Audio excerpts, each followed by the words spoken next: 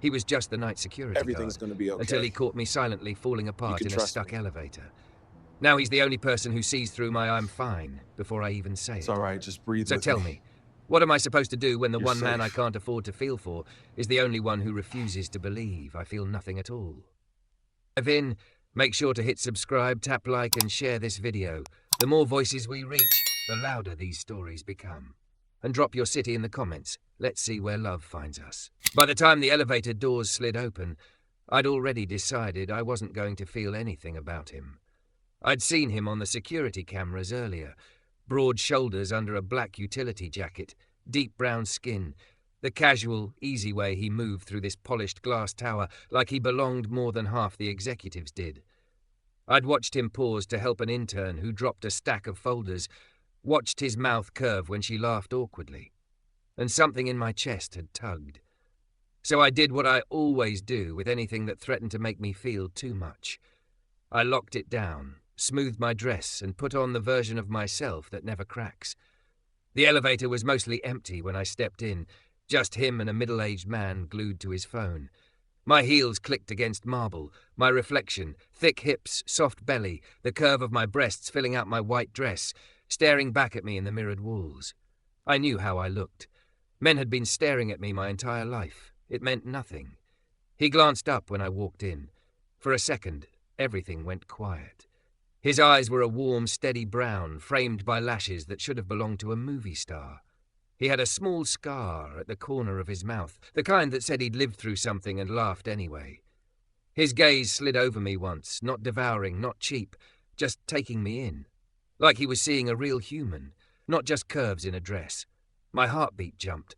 I shifted my bag higher on my shoulder and pretended I didn't notice him at all. "Evening," he said, voice low and smooth, the kind that could talk you off a ledge or talk you into anything. "Evening," the man with the phone muttered without looking up. I didn't say a word. I stared at the floor numbers instead, jaw tight. The doors closed with a soft sigh. We began to rise. Second floor, third, fourth. My reflection kept catching my eye, and I hated that I could feel his attention like a warmth across my skin, even when he wasn't looking directly at me. It was ridiculous. I was 31 years old, COO of a tech company, queen of compartmentalizing. I didn't get flustered by strangers in elevators. He shifted slightly, the faint scent of clean soap and something woodsy filling the small space. I forced my breathing to stay even. 6th floor. 7th. There was a tiny jerk, a pause. The lights flickered, then everything went silent as the elevator stopped. "Oh, you've got to be kidding me," the man with the phone groaned. My stomach dropped. I kept my face neutral, but my fingers tightened around my bag strap. I hated enclosed spaces. Not in an obvious way, not a cry for help kind of way. More like my body remembered things I didn't want to think about. Dark stairwells, no exits, breath running too fast. "Probably just a brief stop," I said, too brisk, already reaching for the emergency panel. These old elevators glitch when the building's running updates. The man with the phone jabbed the buttons repeatedly. Nothing. The stranger, tall, calm, infuriatingly unbothered, watched the panel, then looked up at the camera in the corner. "We're good," he said quietly, mostly to himself. "Power's still on. Lights are steady. Just a stall." "You some kind of elevator whisperer?" I snapped before I could stop myself. His mouth curved. "No, just work in the building." "Great," the phone guy muttered. "Do you also work in getting us out of here? I've got a dinner reservation." "Maintenance?"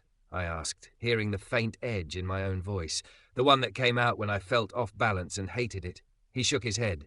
"Security. Night shift." He stepped closer to the panel, careful not to crowd me. "You already hit the emergency?" he asked me. I nodded. "They'll see it in the control room." "They will," he agreed. "But sometimes the intercom's faster." He pressed the call button and waited for the soft click. "Control, this is Malik in car 3. We've got a stall between 7 and 8, 3 passengers. No panic, but we'd appreciate a reset before someone starts climbing the walls." His gaze flicked to me on that last part, like he could feel the way my pulse was sprinting. Of course his name is Malik, I thought, as if that explained the way it sat in my chest, solid and warm. Static crackled, then a bored voice came through. "Got you, Malik. Give us a few minutes. We're running a system check. Don't let 'em riot."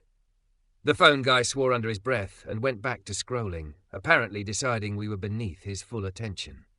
I leaned against the back rail, careful to keep my body angled away from Malik, like he was a heat source I couldn't afford to stand too close to. "How bad?" I asked, keeping my tone clipped, professional. Like I was in a meeting, not a metal box with my lungs trying to misbehave. "Worst case?" Malik shrugged. "We sit tight for 15-20 minutes while they run the cycle. If that doesn't work, they'll call the service company. But that's rare. They're pretty good about maintenance here." He glanced at my badge, hanging from a lanyard against my chest. "You're not a visitor." I hesitated. "I work here." "I saw," he said softly. My cheeks warmed. "Meaning?" His eyes held mine. "Meaning I see you. Late nights. Floor 23. Always the last one to leave." He shifted his weight, the floor creaking slightly beneath him. "You come in with your hair up in the morning and down by night. You switch from heels to flats after 9. And you stare at that window like the city owes you an apology." I stared at him, stunned that some stranger, security of all people, had noticed me that much. "I didn't realize the guards were so observant," I said finally. He huffed a quiet laugh. "It's our job. Also helps that you're hard to miss." There it was. I felt my spine stiffen automatically, waiting for the usual commentary. The ones that always managed to make my body feel both too much and not enough. But he didn't let his gaze drag down my curves. He didn't smirk. He just said it like it was a fact, like I was a painting he admired without touching. "Right," I said, forcing my tone back to ice. "Well, I'm sure you see a lot from your cameras." "I see people," Malik said simply. "The cameras just help." The elevator hummed faintly, then jolted again. The phone guy cursed, grabbing the rail. I swallowed hard. My chest felt tight, air too thick. It wasn't dramatic, wasn't obvious, but my body had its own secrets. My breaths came shorter, sharper. The back of my neck prickled. "Not now," I begged silently, not in front of him. "You good?" Malik's voice came low, close. I realized I had my eyes squeezed shut. My knuckles were white on the bag strap. I forced a laugh that sounded brittle even to me. "Fine, just bored." He watched me for a long moment, like he was reading all the spaces between my words. "Try this," he said. "Can I talk you through something?" I almost said no purely on reflex. Letting people help me wasn't what I did. I helped people. I managed crises. I didn't admit to having any. "Whatever," I muttered, "if it'll make the time pass." His mouth tilted like he saw straight through my act and kindly chose not to call it out. "Okay," he said softly, feet flat on the floor. His voice slipped into something soothing, almost like he'd done this before. Hands relaxed, not gripping anything. I unclenched my fingers from the strap, surprised at how hard I'd been holding it. "In through your nose for 4, he said, eyes on mine. 1, 2, 3, 4.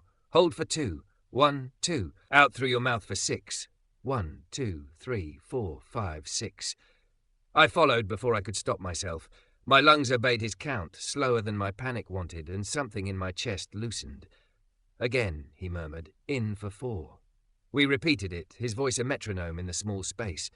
The phone guy gave us an odd look, but I didn't care anymore. The air moved in and out of my lungs like someone had oiled the hinges. "What are you, some kind of therapist?"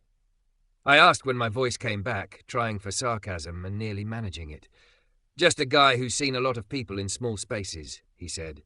"You learn a couple tricks." His gaze softened. "You don't have to pretend you're not scared, you know." "Yes, I do," I shot back automatically. The words surprised me with how fast they came. "It's how I got here." He considered that. "Maybe," he said, "but sometimes pretending not to feel just keeps you stuck." He tipped his head toward the closed doors, literally and metaphorically. I scoffed to hide the way that landed. "Did they teach you that in security school?" "No," he said quietly. "Life did." The elevator jerked again, the lights flickered, then steadied. The numbers blinked and began climbing. "See?" Malik said, a hint of satisfaction in his voice. "Told you. Reset worked." The phone guy exhaled dramatically, already composing an angry text, no doubt. I straightened my dress, rolling my shoulders back, pulling my mask into place like armor. In less than a minute, the doors would open. I'd stride back into my world of glass offices and endless emails, where feelings were a liability and composure was currency. But there was this man beside me now, with his steady eyes and stupid breathing counts, who'd seen more than I wanted him to. As the elevator slowed, I caught his gaze one last time. "Thanks," I said stiffly, "for that." "You're welcome," he replied, then gentler, "You can do it on your own next time. Same count, 4, 2, 6. "I won't need it," I lied. His smile was small, knowing. "Sure." The doors slid open. I stepped out first, spine straight, heels sharp against the floor, my face arranged in that practiced, untouchable expression everyone knew, but my pulse was still ticking to his rhythm, 4, 2, 6, and somewhere under all my hard-won numbness, something dangerous and alive had started to stir. I told myself it meant nothing. I told myself I didn't feel a thing. But as the doors closed behind me with a soft final thud, I caught a glimpse of him through the narrowing gap. Malik watching me go like he'd just seen the first crack in a wall I'd spent years pretending wasn't there. The next week, I pretended the elevator never happened. I pretended I hadn't stood there with my heart in my throat while a stranger talked me through breathing like I was learning how to exist for the first time. I pretended I didn't know his name, even though Malik sat in the back of my mind like a song I didn't want to admit I liked. I pretended a lot of things. It was what I was good at. I saw him twice on the cameras, just flickers on the security feed in my office. Once walking a delivery guy up to legal, once standing in the lobby, head tilted, listening to something in his earpiece. Every time, my eyes snagged on him before I dragged my gaze away like I'd touched something too hot. By Thursday, we hadn't spoken again. I told myself I was relieved. Then Thursday night happened. It was nearly 10 when the office finally emptied. The hum of conversation, the click of keyboards, the constant motion that made the floor feel alive, all of it faded until it was just me and the cleaning staff somewhere in the distance. I sat in my glass-walled office, city lights glittering beyond the windows. My reflection hovered in the glass. Thick body poured into a fitted black pencil skirt, soft hips pressed against the edge of the desk, white blouse undone one button too far because my chest had been suffocating in it by 8 p.m. Hair down now, blonde waves over my shoulders, makeup smudged at the corners of my eyes. "Go home, Eva," I muttered to myself. No one gets a medal for answering one more email. But home was just another empty space, another set of walls. At least here, the building hummed around me. I was halfway through drafting an angry but professional message to a vendor when the lights flickered. Once, twice. The monitor stayed on, but the overheads blinked like they were fighting for life. Then a soft tone chimed through the ceiling speakers, followed by the automated security announcement. "Attention. A minor systems issue has been detected. Please remain where you are while our team investigates. Do not use the elevators until further notice." My throat went dry. I pushed back from the desk, the chair wheels squeaking loud in the sudden quiet. The hallway outside my office was a corridor of half light, emergency strips along the floor, glowing a low, eerie blue. "It's nothing," I told myself. "Just a system test. You've sat through 100 of these. It didn't matter. My body heard systems issue and do not move and translated it to trapped. No exit, no control." I walked to the office door and pressed my palm to the glass, feeling my pulse thudding under my skin. The floor looked deserted. The cleaning cart that usually rattled down the far corridor was nowhere in sight. "In through your nose for 4, I whispered, feeling stupid and desperate at the same time. "Hold for 2, out for 6. I tried. I really did. My breath snagged halfway, coming in sharp, shallow pulls instead of the steady rhythm he'd made sound so easy. The blue light made everything look underwater. My chest tightened, old echoes rising, the smell of dust, the dark of a pantry door slammed shut, my father's voice saying, "You're fine. Stop making a scene." The intercom crackled overhead again, this time with a live voice, not automated. "All staff remaining in the building. This is security. We've had a temporary elevator system fault. There is no fire. You are safe. Please stay where you are while we cycle the system." His voice, I knew it immediately. Low, calm, threaded with that quiet authority that had somehow cut through my panic in the elevator. Malik. I swallowed, pressing my fingertips harder against the glass like that would ground me. "Safe," I repeated in my head. He said, "You're safe." 3 minutes passed, or 30. Time glitching the way it always did when my brain and my body stopped being on the same page. My phone buzzed on the desk, vibrating against a stack of files. I grabbed it like a lifeline, expecting an email, a notification, anything normal. Unknown extension flashing across the screen. 23 security. I stared at it. Then I answered. Yes, evening 23. His voice wrapped around me through the speaker, warmer than the overhead announcements. This is Malik in control. You okay up there? I almost said I was fine. The word hovered on the tip of my tongue, the automatic lie I'd used my whole life. What came out instead was, how do you even know I'm here? He chuckled softly. Because I'm watching your floor on camera, and you're the only one pacing like a tiger in a glass cage. I glanced up at the corner of my office where the tiny black dome sat in the ceiling. Of course, you're spying on me. Doing my job, he corrected. Everybody else is either gone or sitting. You look like you're about to burn a groove in that carpet. I realized I was walking back and forth without noticing. I forced myself to stop, planting my feet. I'm working late, I said, trying for cool. This is normal. Working late, he echoed. Sure, hands shaking, jaw clenched, shoulders up by your ears. Very productive posture, boss. Heat climbed my neck. You need to adjust the definition of professional boundaries in your manual. He ignored that, or maybe filed it away. Elevator systems in a full reboot, he said instead. Could be 10 minutes, could be 20. Our backups are good, but I know waiting in a high-rise during a glitch can mess with people. Figured I'd check in. I closed my eyes. The fact that he'd noticed, that he'd bothered, did something to my ribcage. I'm fine, I insisted. Just mildly annoyed. Right, he said, gentle skepticism in both syllables. Want company? The question punched a hole in my composure. Do you do that? I asked. Visit nervous executives during security faults? Only the ones who already tried to stop breathing in front of me once, he said, and only if they say yes. I hesitated, teeth buried in my bottom lip. Saying yes meant admitting something I didn't have words for. Fine, I said eventually, if it's not against protocol or whatever. Oh, it definitely is, he replied. But I'm a rebel on Thursdays. Despite everything, a laugh escaped me. Shaky, startled. It loosened something. Stay there, he said. I'll take the stairs. Don't worry, I'll leave the dramatic rescue rope and harness behind. He hung up before I could decide whether to change my mind.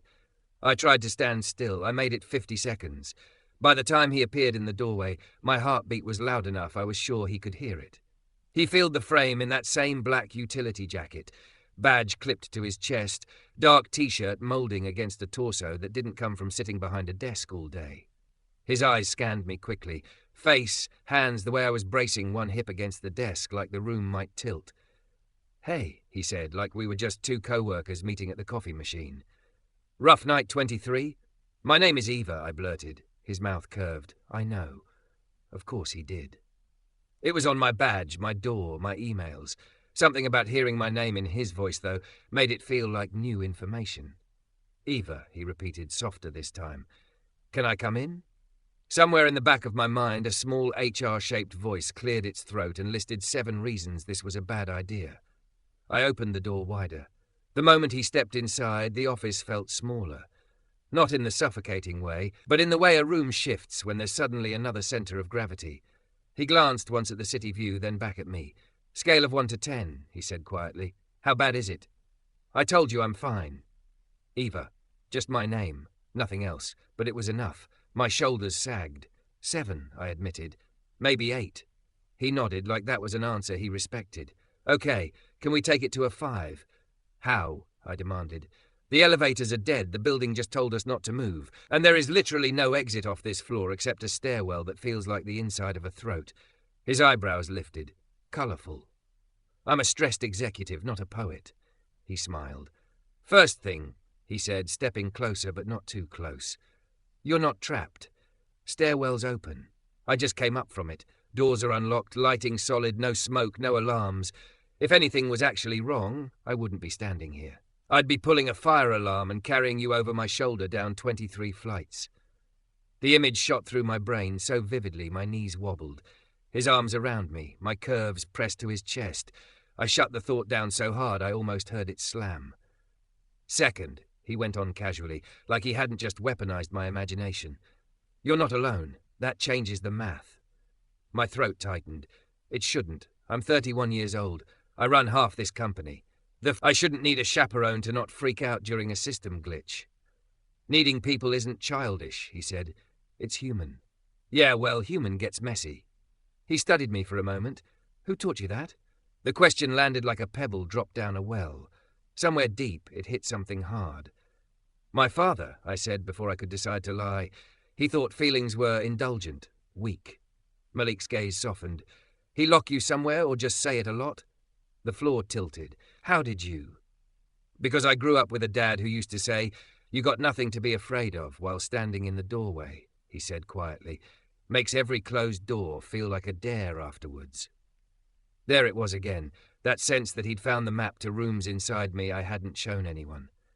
He locked me in the pantry once, I heard myself say. I cried at a dinner party. I was 8? 9? He shoved me in there and told me I'd come out when I could be presentable. My mouth twisted. I learned fast how to be presentable. And how to pretend you weren't scared, Malik said. I shrugged, embarrassment burning my skin. Worked. I got out. Your body never forgot the door, he murmured. Something in my chest cracked on that. For a moment, neither of us spoke. The city glowed behind him, a sea of light. The emergency strip along the floor cast a faint blue halo around his boots. Come on, he said suddenly. Walk with me. The announcement said, I am the announcement, he reminded me. And I'm telling you, we're allowed to move as long as we stay off the elevators. 10-minute loop. We walk, we breathe, we come back. Deal? I hesitated, fingers curling in my skirt. His hand lifted, palm up, the motion slow and unthreatening. He didn't touch me. He just waited. My muscles screamed to keep the distance I'd mastered my whole life.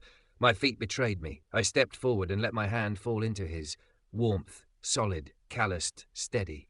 His fingers closed gently around mine. Not trapping, just holding, like we were walking across an icy sidewalk, and he was there in case I slipped.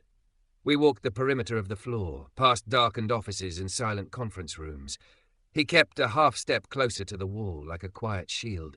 Every few yards he reminded me of the rhythm. In for 4, hold for 2, out for 6. I matched his pace, our joined hands swinging lightly. My chest loosened, breath sinking to his voice. You do this with everyone? I asked eventually, because the quiet felt too raw. Everyone who needs it, he said. Sometimes it's a janitor who got bad news on the phone. Sometimes it's a kid visiting their mom and getting lost on the wrong floor. His thumb brushed over my knuckles, the touch so small it might have been accidental. Sometimes it's a woman who thinks she has to outrun her own heartbeat to deserve her job. I swallowed hard. You don't even know me. He glanced over, eyes tracing my face like I was something he wanted to memorize. I know enough, he said. I know you work yourself to the bone. I know you stay late enough that I can set my watch by your lights. I know you carry yourself like every room is a courtroom, and you're both the judge and the defendant. And I know that when you let yourself breathe, you look a lot less like you're bracing for impact. I didn't have an answer for that. My throat was too tight. We completed the loop and ended back at my office. The lights hummed a little louder now, like the building was waking up. Somewhere down below, a chime sounded. Elevator system's back, he said, listening. You'll get the all-clear announcement any second. Right on cue, the ceiling speaker crackled. Attention. Systems cycle complete. Elevators are now operational. Thank you for your patience. I pulled my hand from his like the word operational had reminded me who I was supposed to be. My palm felt abruptly cold. Well, I said briskly, armor sliding back into place. Crisis averted. Thank you for the walk. He watched me, something unreadable in his eyes. Any time, Eva. I started toward my desk, pretending I didn't notice the way my body already missed the weight of his touch. Hey, he added. I turned. You don't have to keep pretending with me, he said quietly. Not in elevators, not on glitch nights, not at all. I can handle whatever you're actually feeling.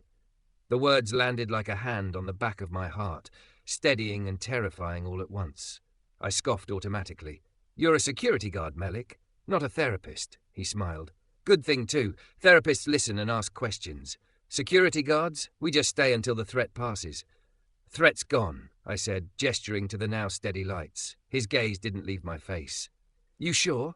I held his eyes, my own defenses screaming at me to shut this down, to make a joke, to turn away.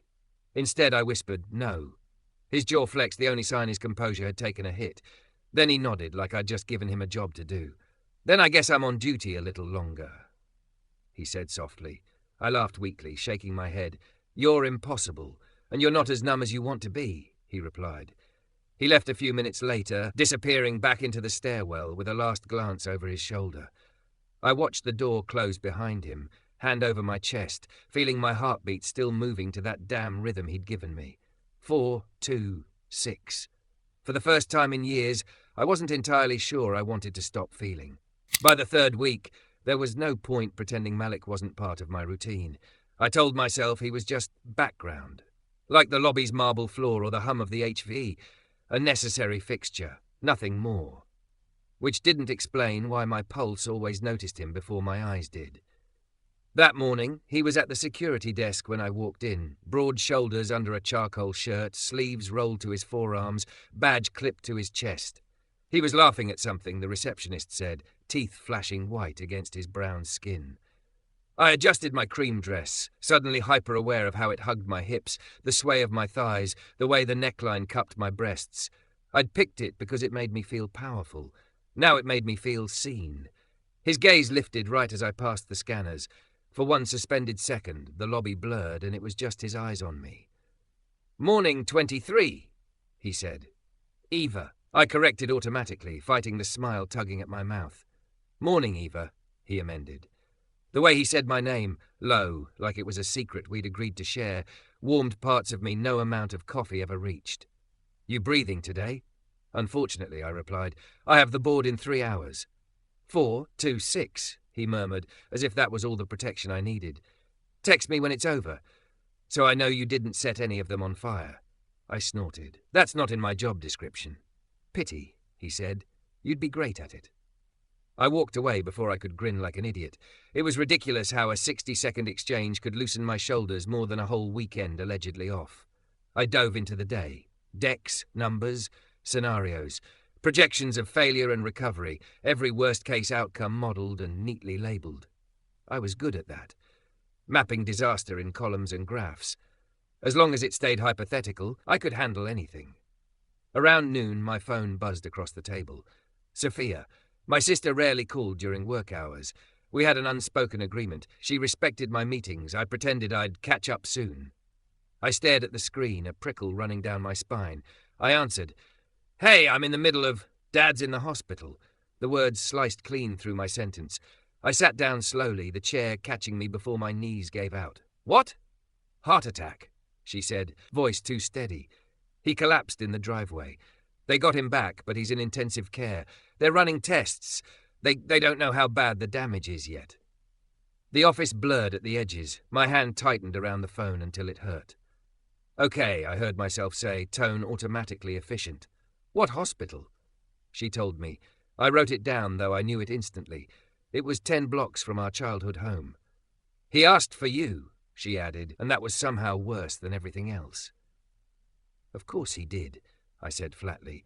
The man who'd shoved me into a pantry for crying at 9 wanted me at his bedside, now that his heart had finally admitted it wasn't made of stone. "Eva," Sophia said quietly, "you should come. I have the board in 3 hours. "So?" There was a crack in her voice now. "They can reschedule. This is Dad." I swallowed, the old reflex kicking in hard. Work first, feel later. "Survive by staying useful.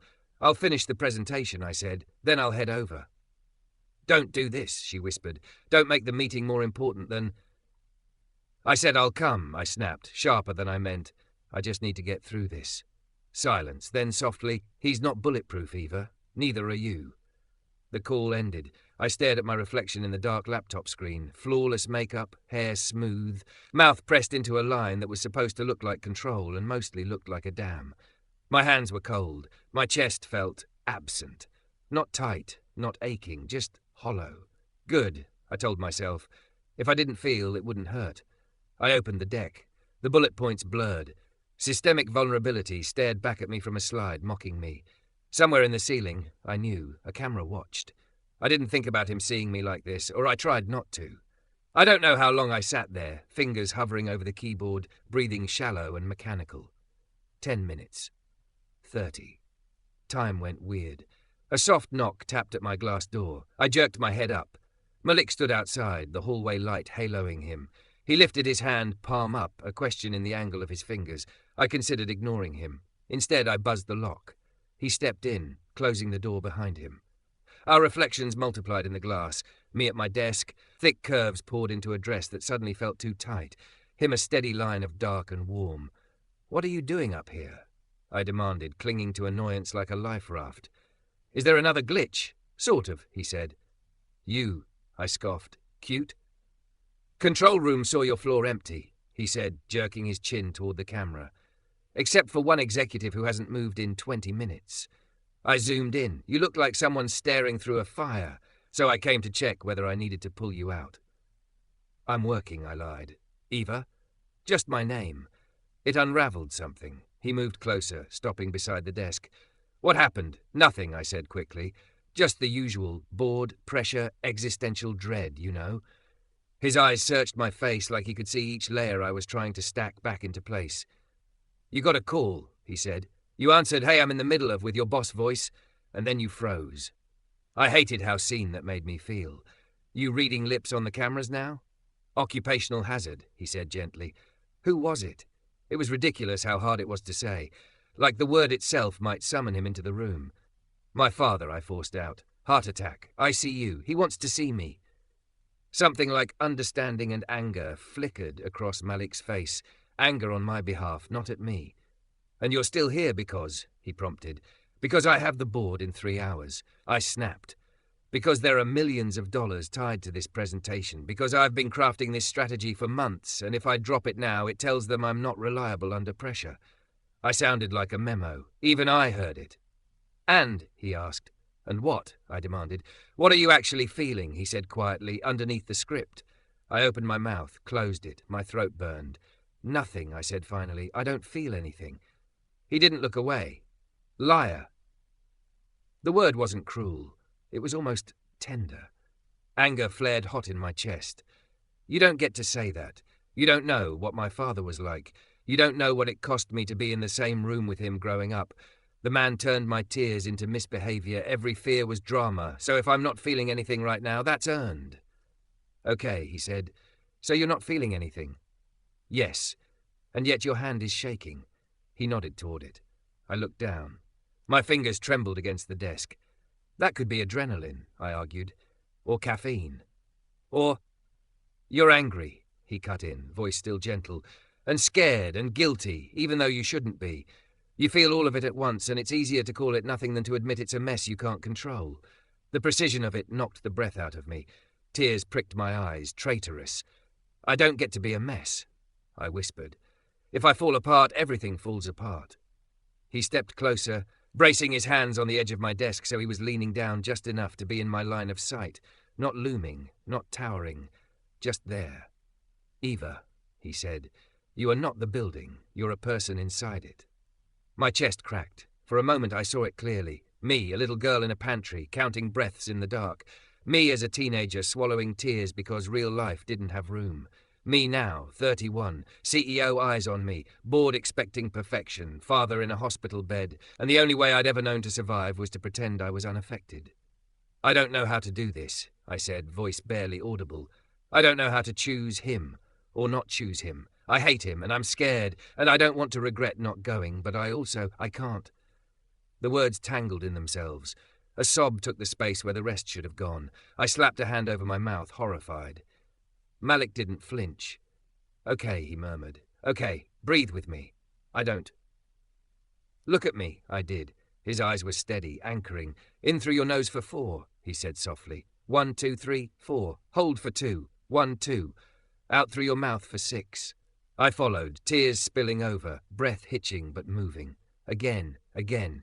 Each cycle scraped rust off old hinges. By the 4th round, my shoulders shook, not from suppressed panic, but from the weight of everything unfurling. "I'm so angry," I choked out. "I'm angry he could die without ever apologizing. I'm angry he still has this hold on me. I'm angry I'm standing here thinking about a deck while he's—" My voice broke again. "You're allowed to be angry," Malik said, "and scared, and hurt, and even relieved if that shows up. You're allowed all of it. Feeling it doesn't make you disloyal or weak. It just makes you honest." What if I go, I whispered, and he looks at me and says it was my fault, that I left, that I didn't visit. Then you'll know who he chose to be right to the end, he said quietly, and you'll know you chose differently. You're already different. Tears blurred him. How? You're asking this question, he said. The man who locked you in a pantry for crying doesn't get to be the authority on how you love or how you hurt. You do. I pressed my hands to my face. My body shook with the effort of not collapsing and the growing realization that maybe collapsing wouldn't kill me. What do you want to do? He asked. The simplest question. The hardest. I dropped my hands slowly. I want to go, I said, the truth landing with a dull, heavy certainty. I'll hate myself if I don't, even if nothing good comes of it, even if I just sit in the hallway. He nodded once, like I'd just passed a test that had never been fair. Then go. The board has other days, he said. You have one dad. Whatever he's been, whatever he hasn't been, this moment is once. My throat burned. They'll question my commitment. Then they'll learn their COO is human, he said. Might improve their risk models. A wet laugh punched out of me. He smiled, small and warm. Close your laptop, he said. I hesitated, staring at the glowing screen, at the bullet points that had always felt like proof that I was worth something. Eva, he said softly, please. My fingers moved. I shut the computer. The click echoed in the room like a decision. He straightened. I'll walk you down. You don't have to. I know, he said. I want to. We stepped into the hallway. The elevator sat at the end, doors closed, gleaming. My body tensed. Stairs? I asked, embarrassed by how small my voice sounded. He considered it. We could, he said, but you're about to go face a whole different kind of closed door. Might help to prove to yourself that this one doesn't own you anymore. My heart hammered. And if I freak out? I'll be there, he said simply. We breathe, we ride, we walk out. You've been here before. Only difference is you're not pretending anymore. I stared at the metal doors, thinking of pantry walls and glitch nights and breathing counts in the dark. Okay, I said, let's do it. He hit the button. When the car arrived, empty and humming, he stepped in first, turning to face me. His hand lifted, palm up. May I? He asked. I slid my hand into his fingers closed around mine, firm and warm. The doors shut. My chest tightened. The floor began to move.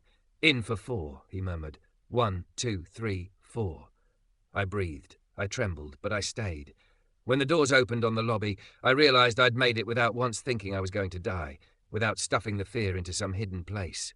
I stepped out into the open space. The air felt different, sharper, cleaner. We stopped just outside the building, city noise wrapping around us. I turned to him, my hand still in his, and for the first time I didn't pull away. Thank you, I said. The words felt too small, for all of it. He searched my face, like he was making sure I wasn't about to disappear behind my mask again. You don't have to thank me for caring, he said quietly. I chose that. Something in my chest gave way, not breaking, more like a knot finally loosening. I'm tired, I admitted, of pretending, of being the version of myself that doesn't need anything. What do you need right now? He asked. You, my traitorous mind whispered. I swallowed. Someone to tell me I'm not weak for going, I said, and someone to be there when I come back, whether it went good or terrible or nothing at all. His jaw flexed, emotion flickering through his eyes. You're not weak for going, he said. You're brave for letting yourself show up, and when you come back, whenever that is, I'll be here. Text me before you go in. Text me when you come out. If you want me to meet you somewhere, I will. You're on shift, I protested weakly. I clock out in an hour, he said. Feelings don't do schedules. I'll make it work. I laughed, tears spilling again. It felt different this time, less like drowning, more like something washing clean. Without thinking too hard, I stepped closer. Our joined hands ended up against his chest, my body inches from his. He was solid and warm and smelled like soap and coffee and some subtle spice I'd never noticed on anyone else. He went very still, giving me space to pull back. Can I be honest? I asked, half terrified. Please, he said. I'm allergic to pretending. I huffed. You make it very hard to keep mine up, I admitted. And I don't know if I'm ready for everything that comes with that, but I know I don't want to go back to feeling nothing, especially not around you. His eyes darkened, but his voice stayed gentle. We don't have to figure out everything today, he said. Today, we just figure out this. You. the hospital, your heart, the rest. We'll get to, if you still want to when the dust settles. Pretty sure I will, I whispered, surprising myself with how certain it felt. He drew a slow breath, like he was steadying himself too. Can I hug you? He asked. Consent, always. Yes, I said. He wrapped his arms around me, carefully at first, then tighter when I melted into him. My thick body fit against his like we'd done this 100 times. His hand came up to cradle the back of my head, his chest a steady, solid wall under my cheek. For a moment, right there on the sidewalk outside our polished glass tower, I let myself be held. No performance, no script. Just me, shaking and breathing and existing in someone else's arms without apology. I'm scared, I murmured into his shirt. I know, he said into my hair. You can be scared and still walk in. Both can be true. I pulled back reluctantly, wiping my face with the heel of my hand. He brushed a thumb under my eye, careful, reverent. Go, he said softly. I'll be right here when you're done pretending for him. I blinked. What? His mouth curved. You don't owe him your real self if he hasn't earned it. But you gave it to me just now. That's something I'm going to take very seriously. Heat flushed through me, not embarrassment this time. Something hope, maybe. Malik, I said, and his name tasted like courage. When I come back, we should talk about all of this. I'd like that, he said. A lot. I turned toward the street, hailed a cab, hand still tingling where he'd held it. As I slid into the back seat, I caught one last glimpse of him through the window, standing there, hands in his pockets, watching me like I was something worth waiting for. For years I'd survived by pretending not to feel. Now as the car pulled away and my chest rose on a breath that was mine, 4 in, 2 hold, 6 out, I realized the truth. I couldn't pretend with him anymore. And for the first time in my life, that didn't feel like losing control. It felt like finally coming home to myself.